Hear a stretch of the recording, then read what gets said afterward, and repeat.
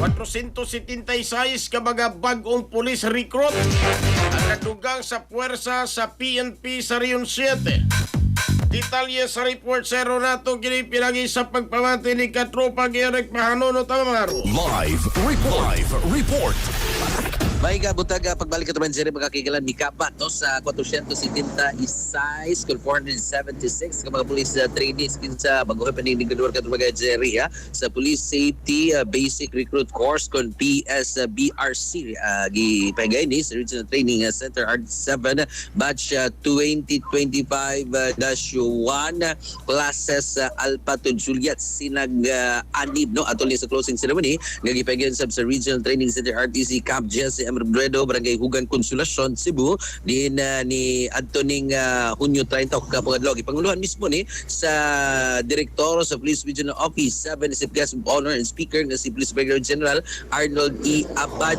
Ang graduating or ang graduate class langkom ni sa 427 ka mga laki o 49 ka mga babae nga police trainees. No? Diin na malampusong ni na kompleto nila sa higpit ang recruitment training program nga dugang pagkatpagansya silang kahibalo kanas disiplina o ingon man na mitmi gikinahanglan usab alang sa panerbisyo sa kapulisan o sa certificate of merit and medal ang gihatag usab sa top 3 police trainees isip pag-ila sa ilang exemplary academic of training performance silang patrol woman Althea June Roa may naguna sa klase nga overall rating 95.15% gisundan ni patrolman Kevin Gomez nga dunay 94.64% ug patrolman Mati Lariba Jr. sa IAGA 94.51%.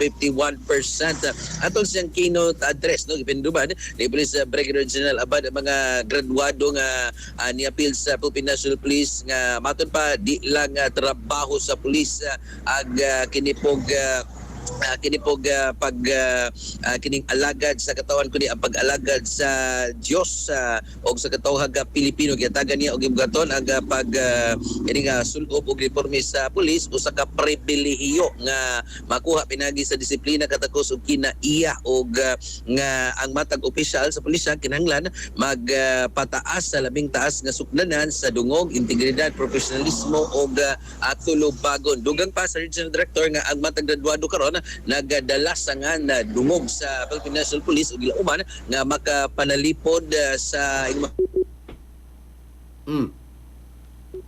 alig sa kinipog publiko. Diin matod pa yung giklaro po na waylo na sa organisasyon ang korupsyon, pag-abuso sa otoridad, pagkadili matinod ano na katubag seri ug bagpa.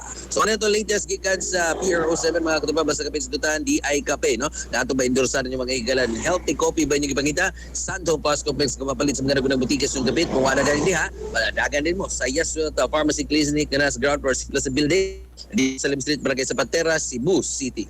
Alang sa Digos ng Pilipino para sa Pilipinas ng Katropa Eric Amaro XFM News.